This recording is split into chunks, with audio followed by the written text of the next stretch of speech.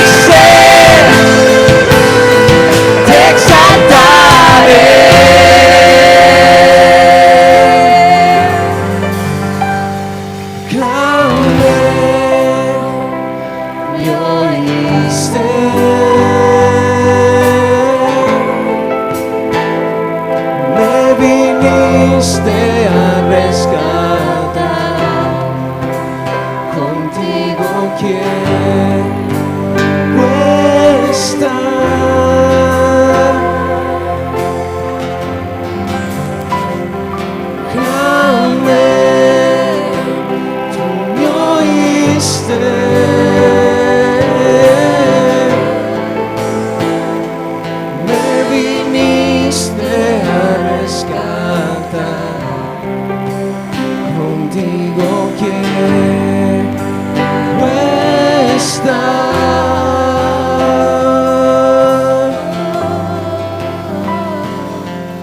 Mi vida pongo en tus manos, Dios de gracia, vengo en humildad, en tu presencia quiero estar.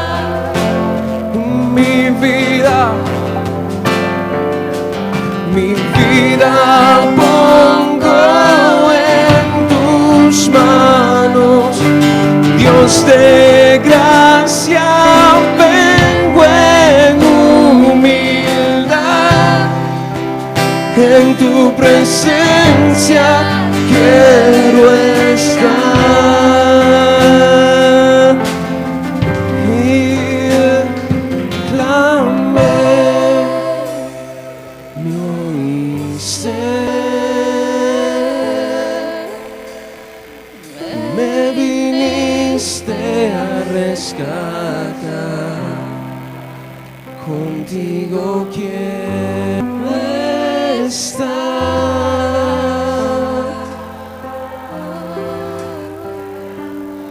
Clamé,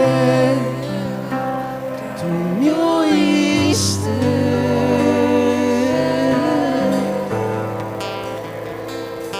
me viniste a rescatar, contigo quiero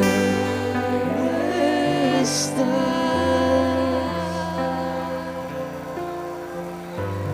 Gracias. Gracias, Señor. Gracias. Gracias, Señor. Aleluya. Aleluya. A ese Dios santo.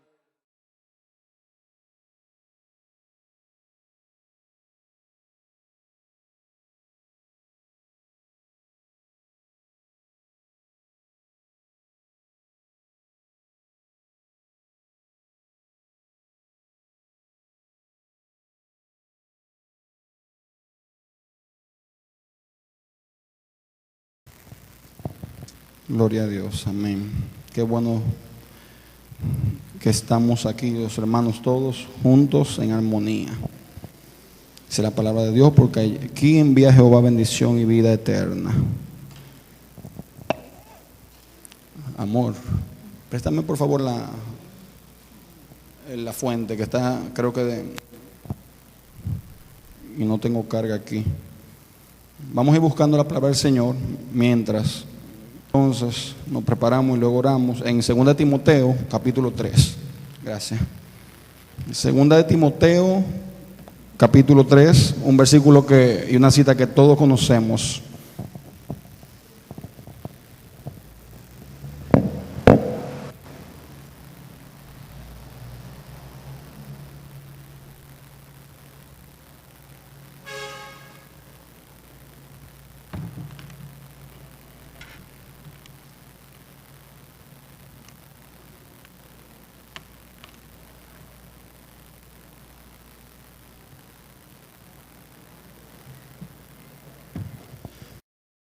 Nos alegramos de que nuestros hermanos están, gracias a Dios, con nosotros en salud y podemos celebrar juntamente, ¿verdad? Porque hay muchos lugares y otros países que lamentablemente aún ni eso pueden hacer. Lo que nosotros estamos haciendo hoy, reunirnos con la medida del lugar, pero seguimos alabando y adorando a nuestro Dios, exaltando su nombre y recibiendo la administración de su palabra. En 2 Timoteo capítulo 3 vamos a leer los versículos 16 y 17. Segunda de Timoteo capítulo 3. Versículo, no va a ser la única cita que voy a leer, voy a estar pasando bastante citas y versículos, por lo tanto, quizás yo le dé lectura solamente a la cita y ustedes anotan, pero voy a comenzar con esta. Segunda de Timoteo capítulo 3.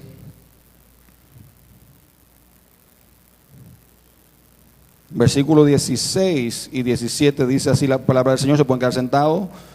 Yo le voy a dar lectura.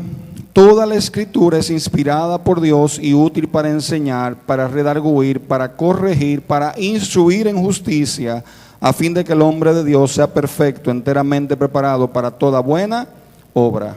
Amén. Señor, te damos gracias en esta mañana por tu palabra. Gracias porque ella es verdad y ella misma, Señor, acabamos de leer, es útil, es inspirada, Señor, por ti.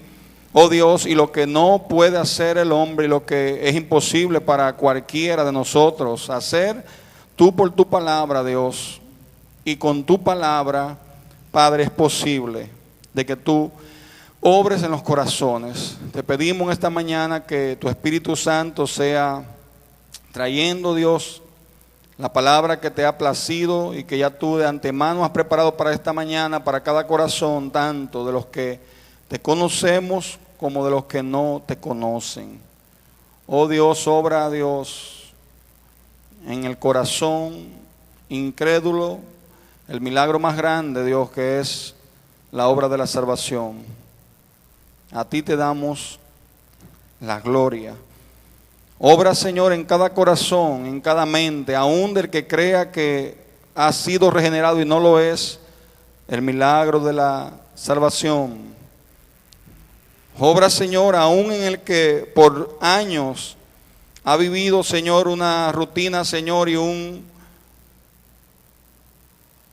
estilo de vida, Señor, pero no ha sido regenerado. Obra, Dios, a través de tu Espíritu Santo y la palabra, Señor, el milagro de la salvación es lo que te pedimos. Ministranos en esta mañana en el nombre de Jesús. Amén. Amén. Amén.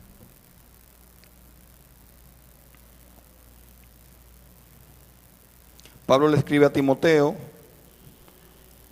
en la segunda carta a Timoteo, y da una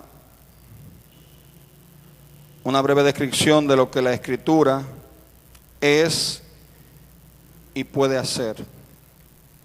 Y por años, aunque en la mayoría de círculos, y podemos decir que entre las iglesias evangélicas protestantes, se ha dado como un hecho de que la Escritura es inspirada y que cumple con esas funciones que leímos ahí.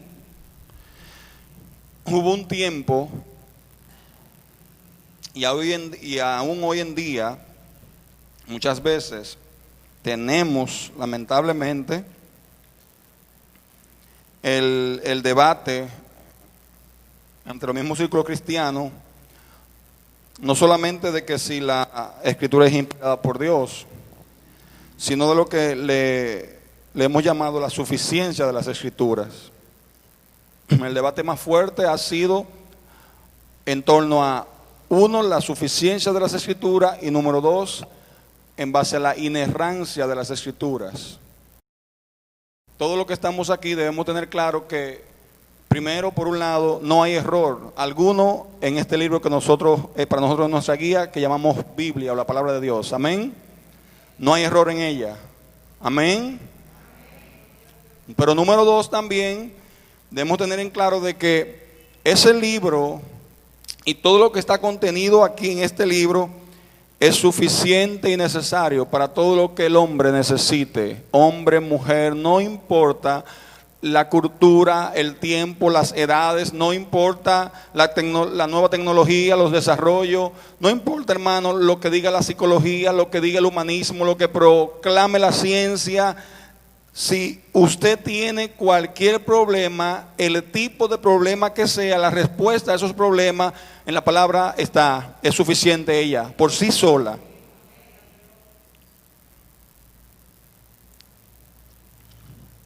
Hay muchos que no creen eso ni lo creen así, y aunque digan que sí, lo viven de manera diferente. Y eso porque en el principio de la era protestante, con todo el tema de la reforma de Martín Lutero, lo que tenía mayor autoridad y fuerza incluso era las interpretaciones de los que habían sido autorizados en la iglesia para precisamente leer la palabra e interpretarla. Entonces habían personas que solamente ellos podían emitir y generar una interpretación de las escrituras, y por ahí también se comenzaron a crear y a redactar una serie de lo que le llamaron confesiones y credos de la Iglesia Católica, y al final pesó más la tradición y la interpretación de esos hombres que de lo que realmente las mismas escrituras proclamaban y decían. Así que un día ese muchacho joven llamado Martín Lutero iba en su caballo regresando de sus estudios de leyes,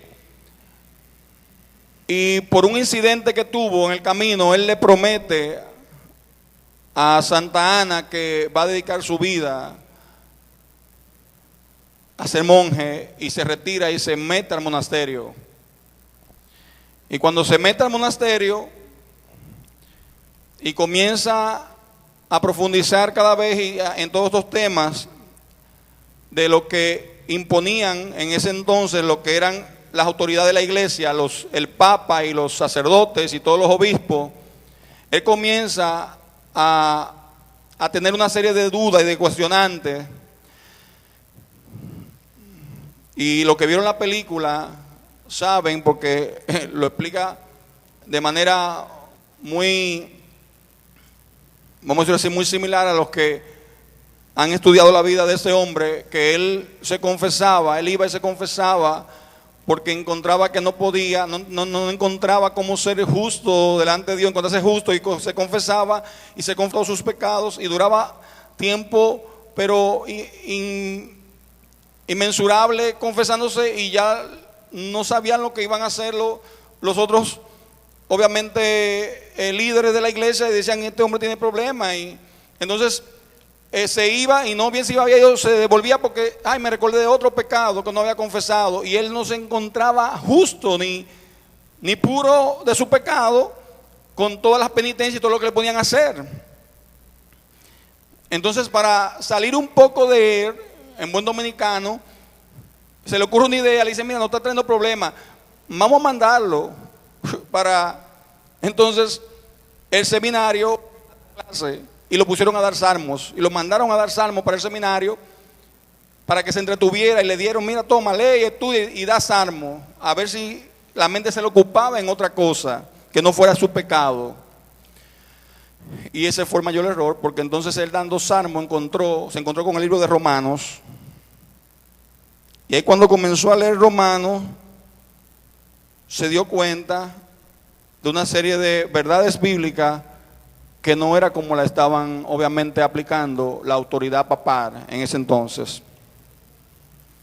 Y ahí es que comienza todo el fenómeno y todo el proceso de la reforma, con las 95 tesis de Martín Lutero y la firme convicción de él de que las indulgencias no eran más que un simple negocio, y todo lo que él vio cuando fue allá a Roma, a la iglesia, a ver lo que estaba pasando.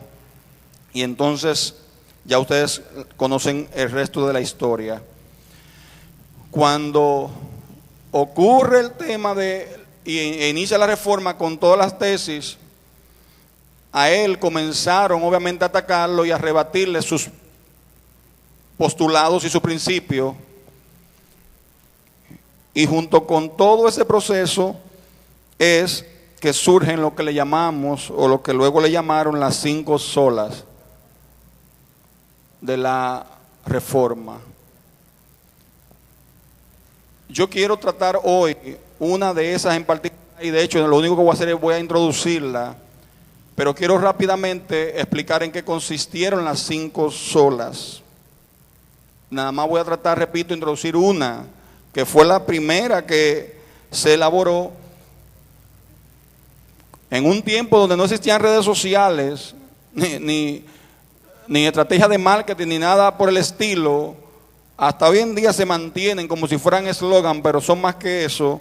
Esos 5 principios, esos 5, Otonier, por favor, proyéctame.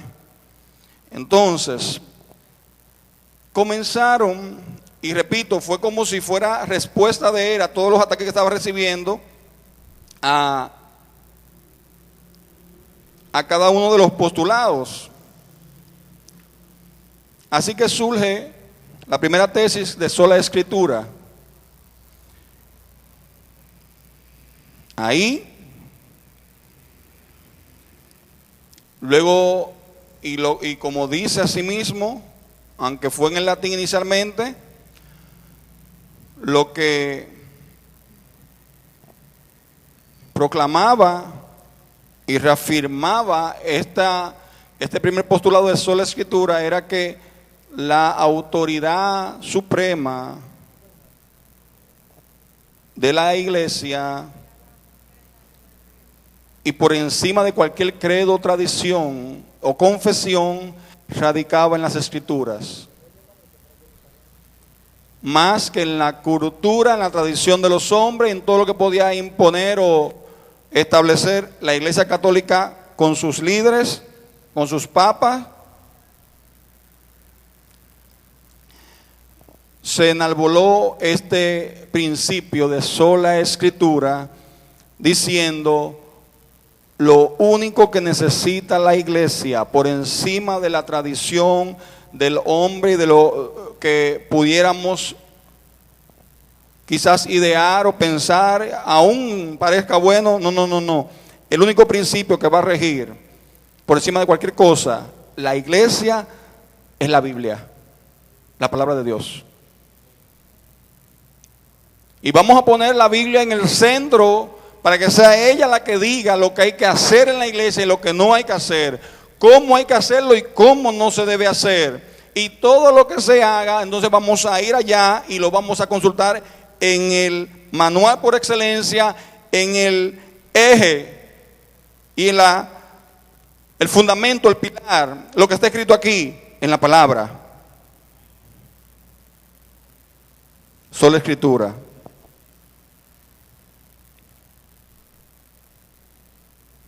De ahí, de hecho, después han surgido muchísimas otras confesiones, pero recuerden, las confesiones no son más que declaraciones que entre un grupo de hombres estudiosos de diferentes incluso denominaciones a veces se han reunido y se han puesto de acuerdo y han plasmado. Pero esos credos y confesiones pudieran tener error.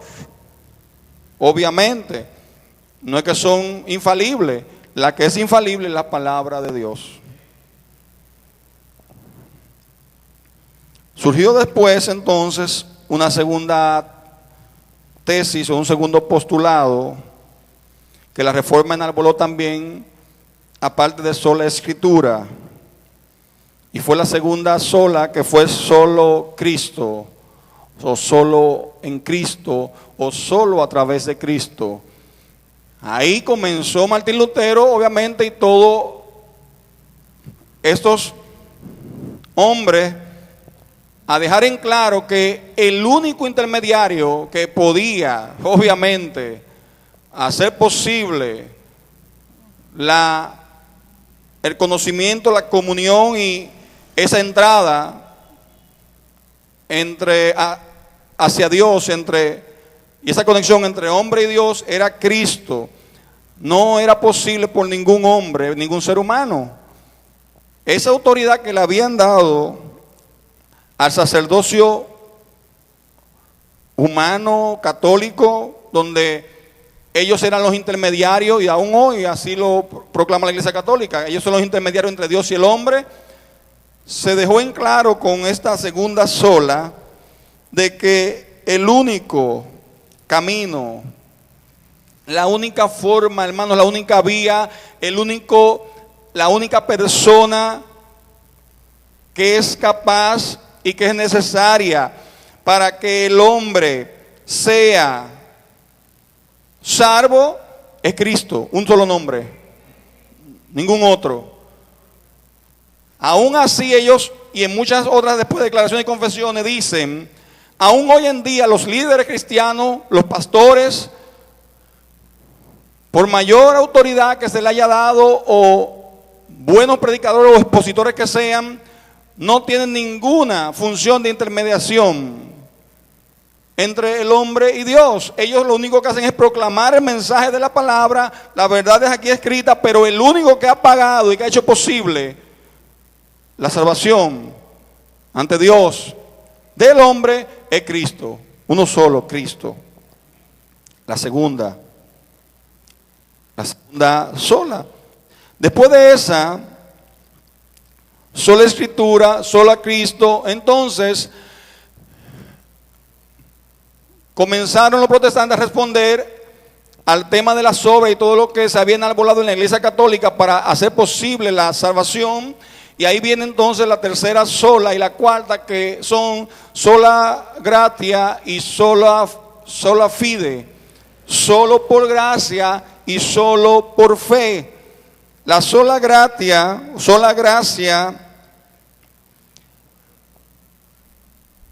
reafirmaba el principio de que la salvación era posible en el hombre de principio a fin, como un regalo inmerecido, como algo que yo no merecía. Por eso es gracia, es un regalo, yo no lo merezco, así que es solo por gracia y el hombre no tiene ningún mérito en ella. No hay nada que el hombre pueda hacer para ser salvo si no ha sido ya de antemano dado por Dios. Toda la salvación y la obra completa, incluyendo el plan de salvación de principio a fin, es solo producto de un ser, Dios. El hombre no tiene ningún tipo de mérito en ello. ¿Cómo que no? Pero creer y aún eso dice la palabra, la fe es un don de Dios.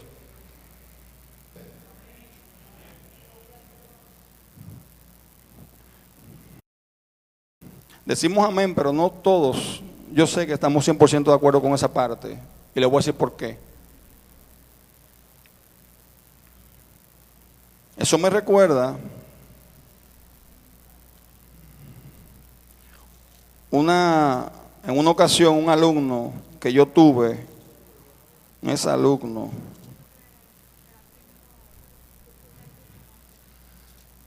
me lo encontré en una reunión, ya él siendo profesional y todo, y cuando me vio que nos estaban presentando, oh profesor, y los demás se sorprendieron, sí, yo lo conozco, usted fue mi profesor, y yo realmente, imagínate, con tanta gente ya, lo vi, sí, pero no recordaba realmente de dónde, qué clase fue que le di dónde, entonces yo le dije, qué bien, recuérdeme un poco, recuerda profesor, y ahí él me dijo, usted me dio tal clase. Y él, dominicano al fin, decimos, dijo, pero si usted supiera, profesor, que yo no entendí nada de esa clase. Le digo la verdad, y con toda la gente que estaban ahí, yo me quedé, le digo la verdad, pero esa clase era tan importante, y yo vine a entender un poco de lo que usted intentó enseñarnos, ya cuando fui profesional, cuando estaba trabajando. Y yo lo que hice fue como reírme, dije yo, sí. Yo no entendí nada de lo que usted quiso hasta que me hice profesional y después dije, eso era lo que intentó decirme. Entonces yo le dije, sí, eso pasa, pero es muy importante. Era una asignatura que le llamaban en ese entonces Introducción a Algoritmos para Ingenieros. Entonces, muchas veces pasa eso con nosotros en la vida cristiana. Nosotros cogemos una clase de bautismo, nos bautizamos, la clase de la doctrina, lo que tú quieras, y después que han pasado años, es que tú dices, ¿tú sabes qué? Yo no entendía qué era, y ahora es que estoy entendiendo un poco cómo fue que Dios obró en mí. Yo no entendía realmente, o cómo fue lo que Dios lo hizo, qué fue, pero ahora es que estoy entendiendo. Y muchas veces pasa eso con nosotros. No sé si le ha pasado a ustedes, pero cuando usted comienza a leer y a ver y dice, espérate, pero no pudo ser de otra forma. En Efesios capítulo 2 dice, Él os dio vida a vosotros cuando estabais muertos en vuestros delitos y pecados, en los cuales anduvisteis en otro tiempo, siguiendo la corriente de este mundo. Y sigue taca, taca, taca. Y en el versículo de Efesios capítulo 2 dice 4, pero Dios, que es rico en misericordia, por su gran amor con que nos amó, aun estando nosotros muertos en pecado, nos dio vida juntamente con Cristo. Por gracia sois salvos. ¿Por qué? Por gracia. Y después sigue diciendo, juntamente con Él nos resucitó y asimismo nos hizo sentar en los lugares celestiales con Cristo Jesús. Y sigue diciendo en el 8, porque por gracias, de nuevo sigue y lo recarga, por gracia sois salvos por medio de la fe. Nada de lo que ahí está mencionando es producido por nosotros. Y nosotros no tenemos ningún mérito en nada de eso todavía. Y después sigue diciendo, y esto, por si acaso, no de vosotros, pues es don de Dios, no por obra. Ese fue el punto más enfático de la reforma. Y en esa sola gracia y sola fide hacia la iglesia católica. No es por obra, para que nadie se gloríe. De forma que cuando usted llegue al cielo, nadie va a estar ahí dándole una palmada diciéndole que bien lo hiciste, mira dónde tú estás. No. Tú no hiciste nada para estar ahí. Y tú vas a estar consciente de eso, que todo lo que tú estás hasta ese punto logrando ha sido por pura gracia, por puro regalo, por pura bondad, y que el mérito es de otro, Cristo Jesús. Y por eso que cuando estemos en el cielo, yo soy mediante, lo único que vamos a poder hacer es quedar absorto ante la grandeza y majestad y arrodillarnos y caer en adoración y gratitud hacia ese Dios que lo ha hecho todo por nosotros.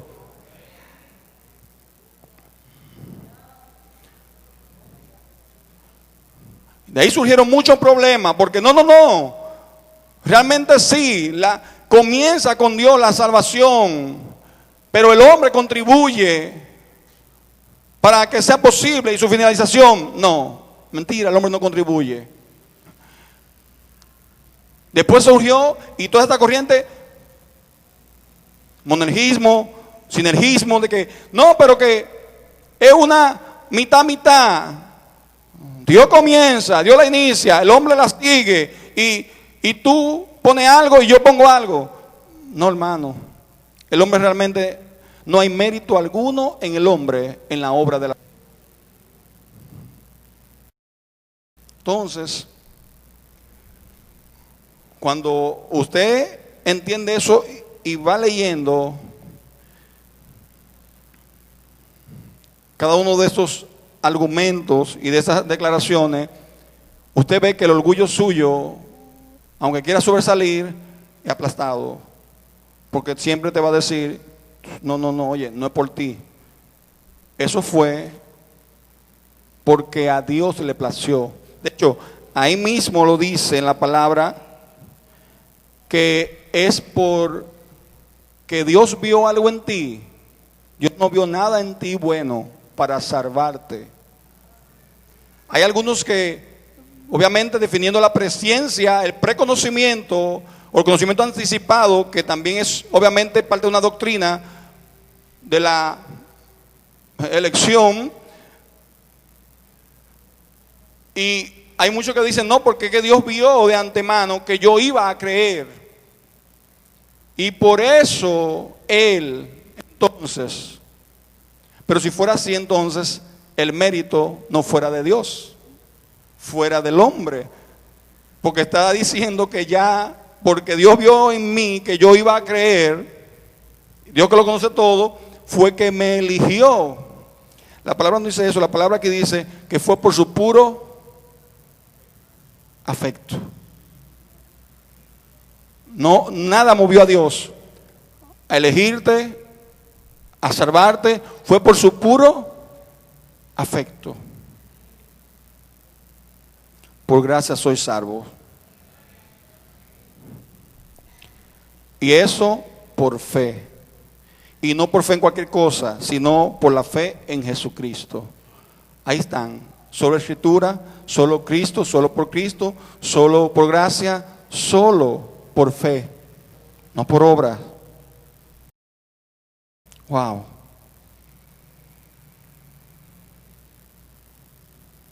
Y la última sola que ellos se enarbolaron fue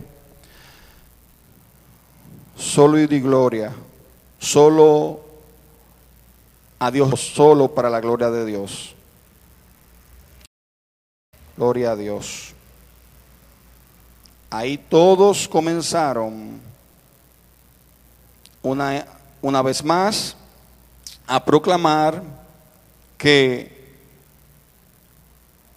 la gloria es de Dios solamente, porque la salvación es ejecutada a través de su voluntad y de su acción. No solo el regalo de la toda suficiencia y expiación de Jesús en la cruz, también el regalo de la fe en esa expiación creado en el corazón del creyente por el Espíritu Santo es el trabajo único de Dios. A través de los instrumentos del Espíritu Santo, de la palabra de Dios, de la predicación del Evangelio, el hombre es movido a creer y esa fe se produce solo a través de esa acción del Espíritu Santo, de la predicación del Evangelio, de la palabra obrando en el hombre. Toda la gloria es de Dios y será de Él. Todo esto es único trabajo de Dios. Así que los reformadores entendieron que toda la gloria que se le estaba dando a toda el clérigo, a los papas, a los santos de la Iglesia Católica, ellos no eran merecedores de esa gloria. La gloria era de Dios. Por eso al principio. Sola Escritura. ¿Qué pasa con ese principio de sola Escritura? ¿Y qué dice la Biblia? Y yo lo voy a poner un poco diferente porque no voy a decir obviamente el trasfondo histórico ya, que mencioné rápido, ahí lo resumí, sino hoy en día cómo eso funciona para la iglesia. Realmente, ¿en qué beneficia ese principio hoy en día a la iglesia? Para ello voy a tratar de explicar en 3 puntos. Primero, lo que la Biblia dice de la Biblia. Lo que la Biblia dice de ella misma. Segundo, voy a tratar también rápido de resumir lo que la Biblia dice acerca del que cree en ella y hace lo que está. Son cosas diferentes. El creer y el hacer. Número 2. Y número 3, voy a terminar con lo que la Biblia dice, del que no cree en ella. Porque también entonces hay una respuesta a la palabra para aquellos que no la conocen o la reconocen como autoridad y por tanto no creen en ella ni hacen lo que está en ella. Leímos y comenzamos con 2 Timoteo diciendo lo que la Biblia expresa de ella misma, que toda la Escritura es inspirada por Dios, útil para enseñar, para redarguir, para corregir, para instruir en justicia, a fin de que el hombre de Dios sea perfecto, enteramente preparado para toda buena obra. Eso, dentro de la clasificación de los que los teólogos han dicho, de la revelación de Dios, la revelación general en la creación y la revelación especial en la palabra, la Biblia es la revelación especial y es, como le dije, inerrante, suficiente y está contenida en lo que conocemos como 66 libros del canon. Esos 66 libros, hermanos, son únicos y suficientes. No hay 10 más, pues llegó otro que no se encontró. No, no, no. Eso son los que han sido reconocidos en el canon bíblico de nuestra Biblia hoy en día. Hay otras Biblias que tienen los otros libros, ¿verdad? Deuterocanónico, es que le dicen. Nosotros no usamos esa Biblia ni reconocemos la autoridad de esos otros libros, aunque lo podamos tomar simplemente como fuentes históricas, ¿ok? Todo, igual que todos los demás libros y tratados de Josefo y de otros judíos, historiadores, simplemente se toman como fuentes históricas, pero no como palabra inspirada, como parte del canon de las Escrituras. Amén. De hecho, yo estaba viendo un testimonio en estos días de un actor muy famoso, mexicano, comediante, que quizás ustedes lo han visto por ahí, y él habla, claro que siendo católico, nunca como que vivía su vida como católico, no las cosas normales, pero a él le ocurrió, y es parte del testimonio lo que él comenta, embargo, y cuando le ocurrió la situación, él venía un año batallando con esa situación y él está viajando hacia un hotel porque tiene un show, tiene una presentación. Y él dice que llega al hotel y ya sin ningún tipo de esperanza, sin fuerza, ya él se ve frustrado y comienza a decir: Señor, yo sé que lo he hecho mal, que traté de hacerlo a mi forma y con todo lo que he tratado de hacer a mi forma, no he podido. No he podido. Dime, ¿qué hago? Entonces, él dice que en las habitaciones de los hoteles, y es así en Estados Unidos y en muchos otros estados, los gedeones, siempre que ha tratado, es parte de su misión, de distribuir Biblias. Aquí incluso han venido ellos, los gedeones. Él dice que abrió en el stand y vio una Biblia de los gedeones. Dijo: bueno, no es de la católica, de la mía, pero una Biblia. Y cogió la Biblia de los gedeones, y cuando entró al baño, él dijo: yo lo que voy a hacer es que voy a abrir la Biblia, Señor, y donde caiga ahí que yo ponga el dedo, dime lo que tú quieras decirme, dime algo. Oye, ¿cómo piensa el inconverso?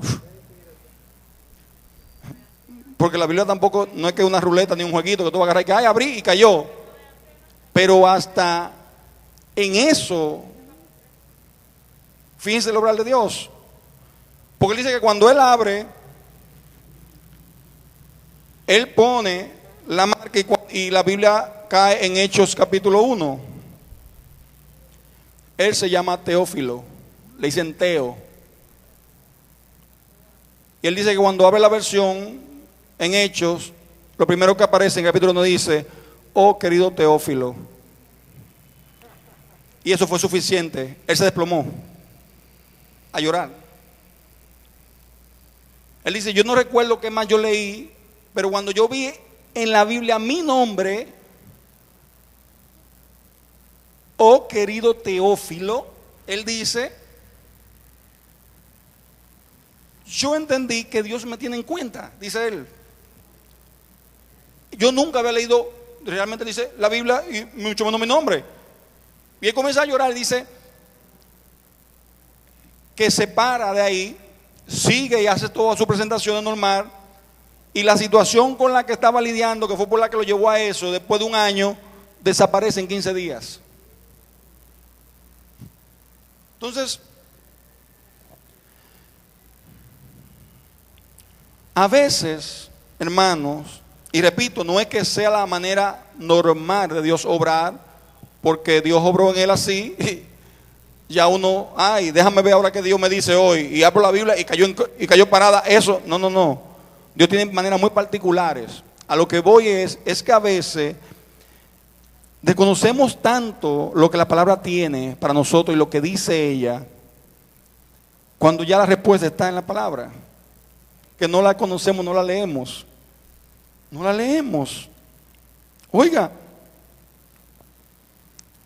la Biblia es la revelación escrita de Dios para nosotros.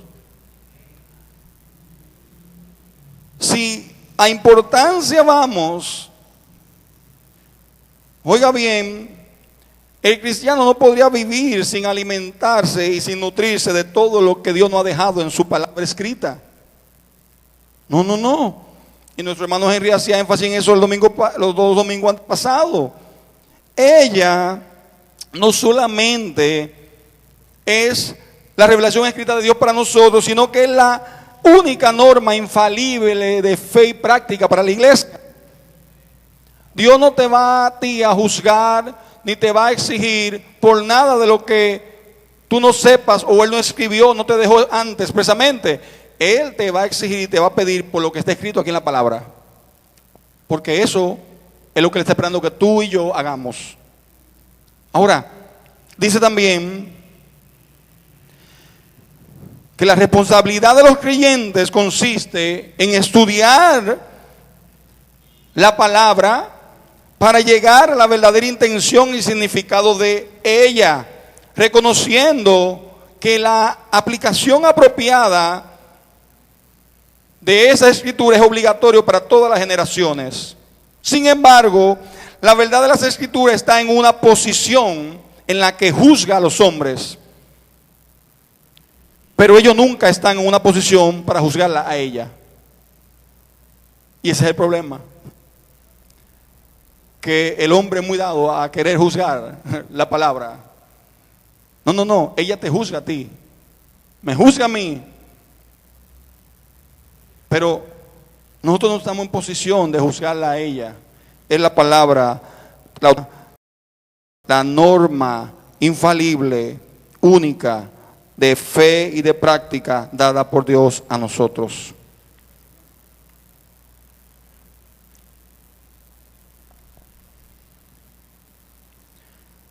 ¿Qué dice la Biblia de ella misma? En Hebreos 4:12, porque la palabra de Dios es viva y eficaz, y más cortante que toda espada de dos filos, y penetra hasta partir el alma y el espíritu, las coyunturas y los tuétanos, y discierne los pensamientos y las intenciones del corazón. No solamente eso,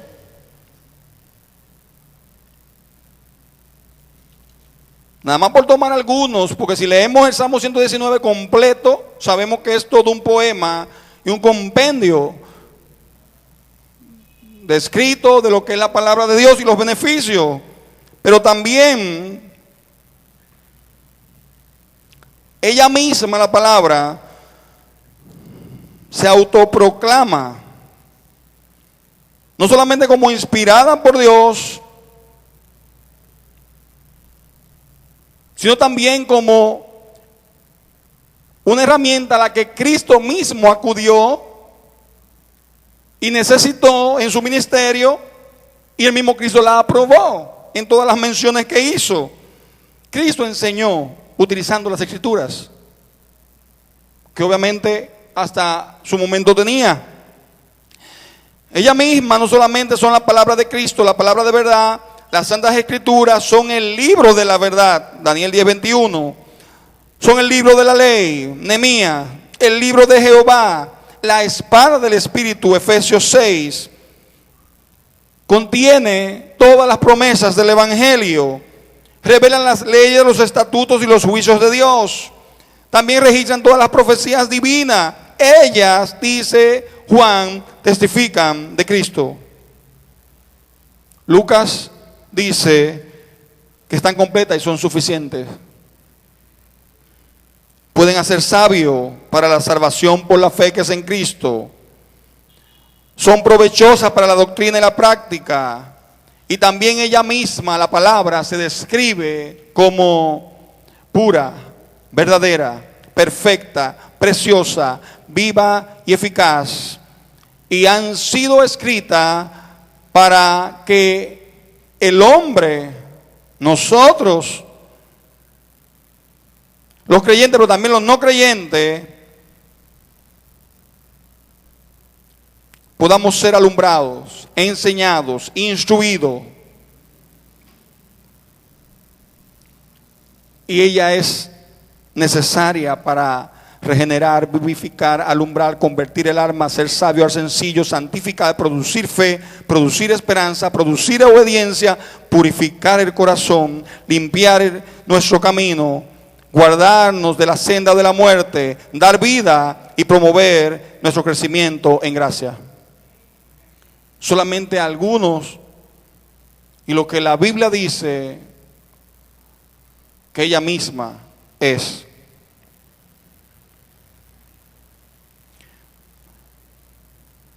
¿Qué dice la Biblia acerca de lo que creen en ella y de lo que hacen, lo que está en ella?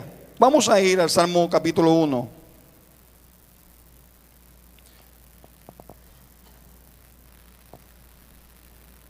Salmo capítulo 1.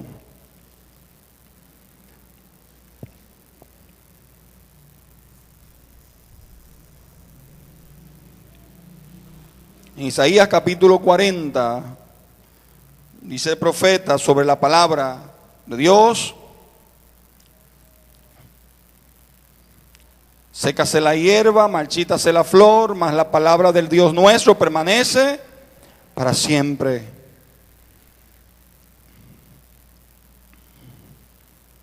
En el Salmo capítulo 1,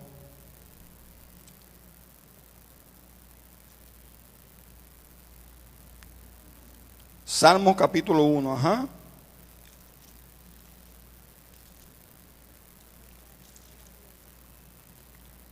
Si hay un salmo que resume la vida a la manera de Dios y el éxito en de alguna manera en la vida, es ese salmo. Y es tan así que lo contrasta incluso hace contraste con lo que es la vida entonces del impío, del que no es cristiano. Hay un libro que yo leí hace mucho tiempo que se llama El éxito a la manera de Dios. Siempre lo menciono, de Charles Stanley. Y si yo fuera a ver un salmo que pudiera resumir cómo tú en la vida pudieras ser exitoso, ese salmo es el que vamos a leer ahora, el Salmo capítulo 1. Resume lo que el hombre debería hacer para no fracasar en la vida, no importa nacionalidad, estatus, en qué familia viene, no. Mire lo que dice el Salmo capítulo 1, hermano. Bienaventurado el varón que no anduvo en consejo de malos, ni estuvo en camino de pecadores, ni en silla de escarnecedores se ha sentado, sino que en la ley de Jehová está su delicia, y en su ley medita de día y de noche. 3. El resultado de ese varón, de ese hombre, de esa mujer que su delicia y su necesidad y su único deseo y placer es la palabra, será como árbol plantado junto a corriente de aguas, que da su fruto en su tiempo y su hoja no cae, y todo lo que hace prosperará. Ahí está el secreto a voces, y Dios te lo ha dejado hace tiempo. ¿Tú quieres ser próspero? Medita en la ley de Jehová de día y de noche. Que sea tu delicia. Guarda esa ley. Cumple con ella a cabalidad. ¿Y qué va a pasar? Todo lo que hagas va a prosperar en la mano de Dios. Ahora bien, fíjese que va describiendo el perfil de un hombre justo, y lo primero que hace en el versículo 1 dice lo que no es o lo que no hace ese hombre justo. El hombre de Dios, el varón de Dios es bienaventurado Sher en el hebreo, o derecho, recto, que separa derecho, recto, pero también se aplica a la felicidad. ¿Por qué este hombre es feliz? Está derecho y recto porque él no ha escuchado el consejo de los malos, ni ha hecho caso a esos consejos. No ha ido por esos consejos de los pecadores cuando le han susurrado al oído. Él no ha tomado para sí ese consejo, ni tampoco ha hecho lo que otros impíos han hecho para lograr lo que a ojos del mundo es bien o bueno. Si no, entonces ahí dice, ¿qué es lo que está haciendo ese hombre? Él está teniendo su placer, delicia. Es, en otra expresión, otra versión, el placer de él es producido por la palabra de Dios. ¿Te da placer la palabra de Dios? ¿Te produce placer la palabra de Dios? Leerla, meditarla. Que tú puedas decir, no me moleste. Que serie, que película, y ay, que ahora, que las redes, que WhatsApp, que Instagram, no. Lo que necesito es la palabra, eso es lo que me da placer. ¿Te da placer así?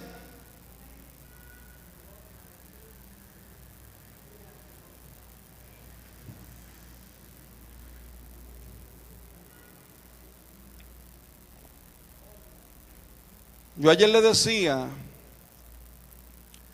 a mi tía, por un tema que desde hace ya una semana vengo viendo, abriendo los ojos, y gracias a Dios que lo abrí ahora, y entiendo que lo abrí tarde, pero aquí hay una generación que va a llorar y se va a lamentar grandemente por dejar a sus hijos con esto en la mano, sin ningún tipo de supervisión. Y no es por propiamente lo que es un celular.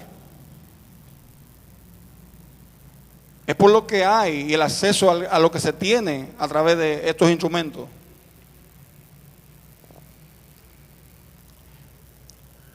Y como hay un grupo, de hecho, en el que están de los padres de los hijos de uno en el colegio, hubo una madre y otro padre que hicieron una advertencia.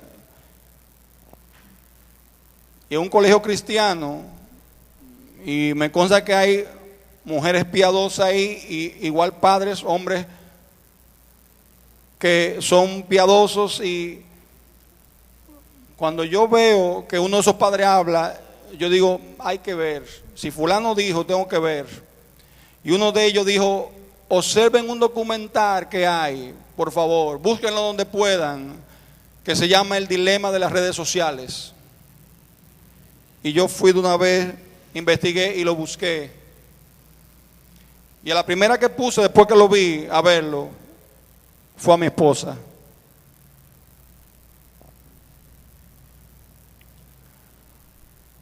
Toda una generación adicta, ciega, con el cerebro carcomido, sin ningún tipo de criterio de análisis, porque ya hubo un grupo de personas que planificaron eso, cómo afectar millones y millones a través de las redes sociales. Y eso fue lo que más me aterró, que quienes están hablando en el documental no son cualquier persona, son los mismos que diseñaron las redes sociales. Los primeros directores de Facebook, de Instagram, aparecen hablando ahí, y ellos dan las razones por las cuales renunciaron a esas empresas, y uno mismo de ellos dice, oye, lo que yo mismo creé, yo vi en mi casa como a mis hijos lo estaba afectando, y dije yo, ¿qué he hecho? Lo que él mismo creó. Y están todos de ellos hablando de cómo psicológicamente ya, y fue todo planificado, Están trabajando la conducta y el cerebro de millones de seres humanos. Wow.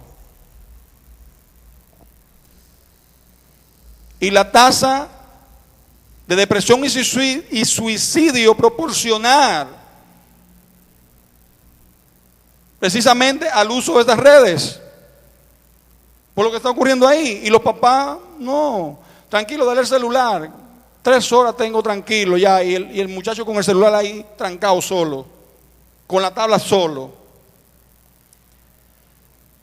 De hecho, yo le voy a hacer un paréntesis. Yo nunca he estado de acuerdo con el uso del celular en la iglesia como Biblia. Nunca, ni lo he estado ni lo voy a estar.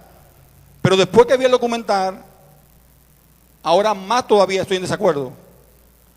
Ojo, no digo que usted predique con una tabla, no, y lo use. Eso no me estoy refiriendo al hermano que va a la iglesia sin Biblia y dice, no, porque yo en el celular tengo mi Biblia, y usted lo ve en el culto, en el celular, porque ya yo entiendo, a partir de documentar, qué fue lo que hicieron, y cómo fue que trabajaron el cerebro de las personas, para causar en millones y millones de personas. Literalmente están adictas, no saben lo que, ni siquiera, no oyen, no escuchan. Hay personas ahora que yo le pregunto de qué estamos hablando, hermanos, hace 40 minutos, desde que yo subí, y ¿saben lo que van a hacer? Se van a quedar,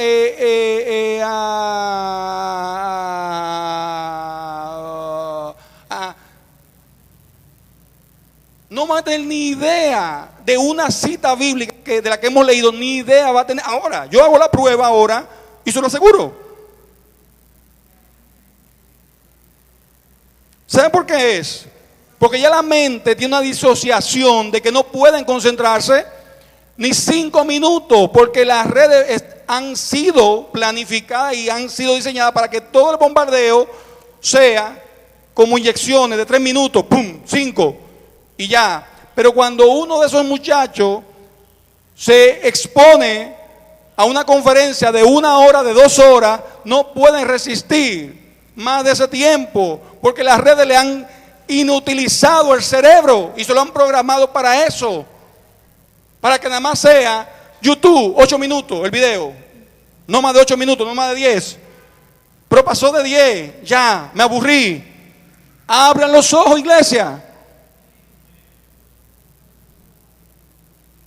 Y no, mi hijo no tiene celular hasta que no tenga 18 años de edad. Mentira del diablo, no va a ser esclavo de un aparato y de lo que por ahí se está haciendo.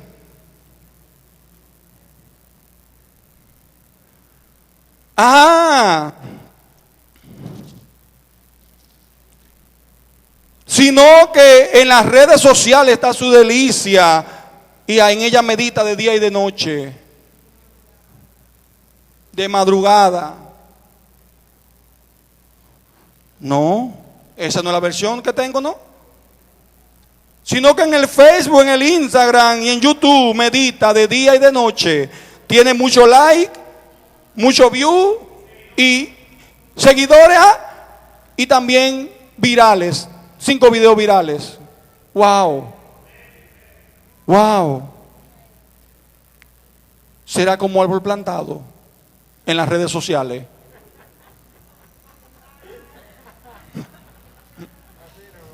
No, hermanos, estoy preocupado. Hace una semana que, óigame, estoy preocupado desde que vi eso y comencé a pensar y todo, porque yo mismo, es porque yo mismo me he examinado. Y yo antes iba en la guagua al trabajo y hacía así, mire, y siempre tengo eso programado, una predicación de Charles Stanley. ¡Pum! Y cuando le doy la predicación, me salen 2 videos abajo. Oh, y eso, TikTok, ahora, y yo, y eso. Y entonces, un día llegué al trabajo, y cuando llegué al trabajo dije yo, hoy la predicación de Charles Stanley. No la vi, no la escuché, no la vi. Porque entre un videíto y el otro, fue la media hora, dije yo, espérate. Cuando vi el documental, yo dije, ya entendí cuál es la trampa. No, espérate. Entonces, mi hijo va y le dice a la mamá, a la tía en una conversación, ¿y qué es lo que tú estás viendo? ¿Y qué tu papá? Mi papá lo que está viendo es mujeres. Y la tía dijo, ¿mujeres? Yo digo, no, espera, no, unos videitos que salen abajo. Y yo, pero mira. Y yo digo, no, espérate, hijo. Y le tiene que aclarar a la tía, sí, porque mire la trampa de esto, lo sutil de esto. Digo yo, espérate. Entonces yo digo, no, aguanta. Si pudiera quitar los anuncios, pero no se quitan los anuncios, salen automáticamente cada tiempo. Salen cada tiempo automáticamente. Y yo estoy escuchando a Charles Darling una prédica y de repente ¡wup! Sale este anuncio y tú dices, ¿qué es? Y después entonces, después de 3 segundos se omite y vuelve a la prédica y tú dices, para ver, es compitiendo con tu atención, hermano, compitiendo para que lo que tú has determinado, aunque sea hacer, media hora o ver, no lo termine. No, espérate, mira, caramelito, caramelito, mira aquí, mira allí, mira allí. Dios nos ayude.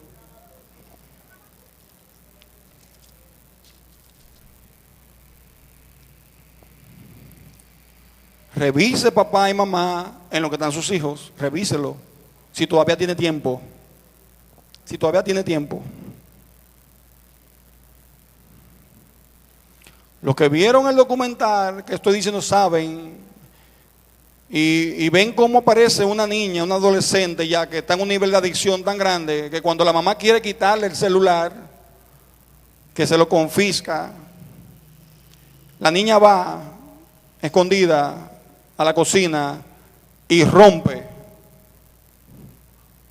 donde lo tiene, la caja donde está el celular, lo rompe y lo saca. Porque ya la ansiedad de tener esto, que está controlando su vida, que no aguanta más. Y cuando le preguntan al joven, al que era director de Google, él dice y responde, le preguntan ¿cuál es el problema? Él dice, es que nosotros no lo hicimos necesariamente para adolescentes, niños, fue para adultos, pero todo eso lo aprendimos en una clase que se llama persuasión, tecnología persuasiva. Y él dice, y en esa clase de tecnología persuasiva estaba fulano, sí, nosotros sabemos lo que estamos haciendo, porque hasta el movimiento del dedo obedece a un impulso psicológico que cuando estás así en la pantalla con el dedo, ya desde ahí estamos trabajando con la mente del usuario para que reciba una inyección de dopamina. Yo me quedé, Dios mío, Dios mío.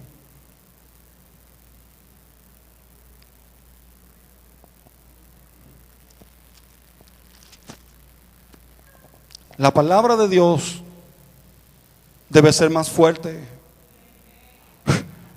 que las redes sociales.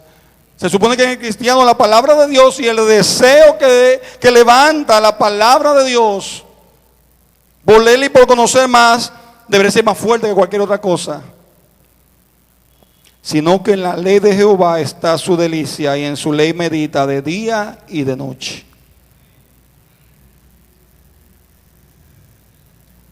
Si hay algo que tiene este hombre que describe aquí el Salmo 1, adicto, atado, esclavizado en la palabra de Dios. Lo único que tiene a este hombre que escribe el Salmo 1 controlado y dominado es la palabra de Dios.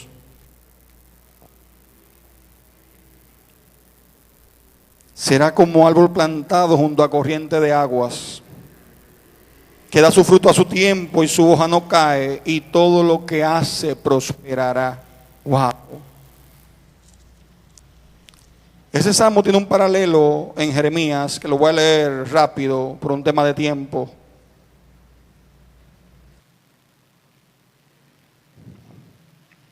En Jeremías capítulo 17, 8, o lo podemos leer desde el 5 también hasta el 8. Jeremías 17, dice así desde el versículo 5. Así ha dicho Jehová, maldito aquel que confía en el hombre, que pone su confianza en la fuerza humana, mientras su corazón se aparta de Jehová. Será como la retama en el desierto y no verá cuando llegue el bien, sino que morará en los sequedales en el desierto, en tierra despoblada y deshabitada. Y luego dice entonces el 7, bendito el hombre que confía en Jehová, cuya confianza está puesta en Jehová. Porque será como el árbol plantado junto a las aguas, que junto a la corriente echará sus raíces. No temerá cuando llegue el calor, sino que su hoja estará verde. En el año de sequía no se inquietará, ni dejará de dar fruto. Wow. Tanto el Salmo 1 como Jeremías utilizan la figura del árbol para representar al hombre que ha confiado en Jehová y que tiene obviamente su delicia en la ley del Señor. Y algo de lo que me llama la atención es que cuando usa el símil del árbol no solamente dice será como árbol plantado junto a agua de reposo que va a florecer, su hoja va a estar verde. Aquí en Jeremías agrega un detalle más. En la última parte del versículo 8 dice, no temerá cuando llegue el calor, sino que su hoja estará verde. En el año de sequía no se inquietará ni dejará de dar fruto. Hay otra versión que dice, en el año de sequía no se angustiará, seguirá dando fruto. Oye lo que compara el hombre que su confianza está en Jehová, en la ley de Jehová. La palabra está diciendo, va a venir un tiempo de sequía donde otros árboles se secan, se pudren desde el tronco, la raíz, tronco, todas las semidades, pero ese árbol va a seguir dando fruto, va a ser verde. El año va a ser de sequía total, seco, no hay agua. Pero ese árbol, aún en ese año, se va a mantener vigoroso y verde. Y va a dar su fruto. Dice, no se inquietará, no se angustiará. Si el año 2020 ha sido para muchos fatídico, malo, en el sentido espiritual, material, familiar, el año 2021 va a seguir siendo un año de sequía, iglesia. Entonces la palabra te está diciendo, aférrate y confía en su palabra. Porque aunque los otros se estén secando, la palabra te va a mantener verde, dando fruto. Oye,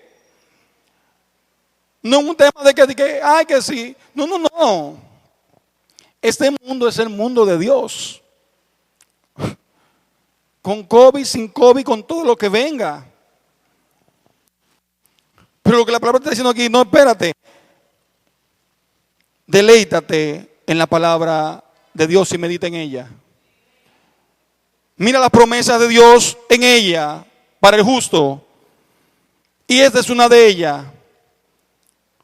Aún en el año de la sequía va a dar fruto. Va a dar fruto. Todo lo que haga prosperará. Ay, no, pero no vas a tener problemas, ni no vas a tener ataques. Ni las luchas que tenemos como creyentes. Porque muchas veces queremos ver el fruto naturalmente y lo que el mundo tiene como prosperidad. No, no, no. Hay una interpretación de este texto que lo pone de la siguiente manera: que todo lo que tú hagas, Dios lo va a llevar a feliz término. Aún la prueba que tú tengas y la situación, eso te va a ayudar a que tú seas próspero en tu carácter, en tu conducta, en tu testimonio. Eso es prosperidad. ¿Por qué asociamos prosperidad siempre y nos vamos una vez a lo material? Ahí no le gustó, tú ves, ahí no le gustó. Dios quiere prosperarte. Y esa prosperidad tiene que ver con ser conformado a la imagen de su Hijo, Cristo. Y aquí el versículo, cuando habla de que todo lo que hace prosperará, todo lo que hace tiene que ver no con lo material solamente. No, no. Es con tu vida, con lo espiritual, con tu crecimiento como cristiano, con el fruto que tú estás dando como cristiano. Todo lo que hace prosperará. En el año de la sequía, en el año de la sequedad, no dejará de dar fruto. Iglesia, tenemos más que suficiente en la palabra de Dios. Más que suficiente en la palabra de Dios. Esto y solo la palabra y la escritura te van a hacer el hombre y la mujer que Dios tiene para ti.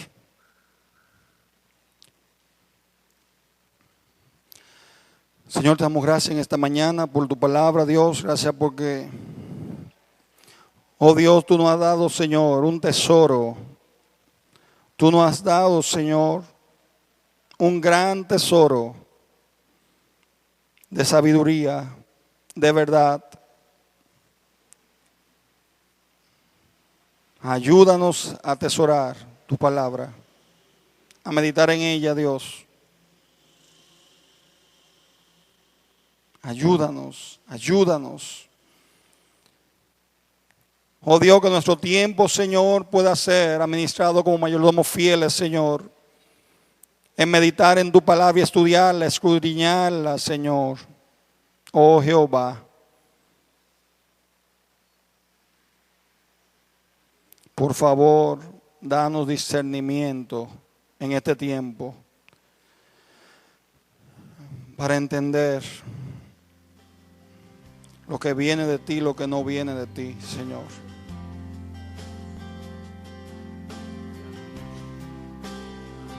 Solo tu palabra es viva y eficaz y puede hacer la obra transformadora en cada corazón. Te pido, Dios, como dice ella misma, que no vuelva atrás vacía, sino que cumpla el cometido, la función para la cual tú la envías. En el nombre de Jesús. Amén. Amén. Dios le bendiga, iglesia.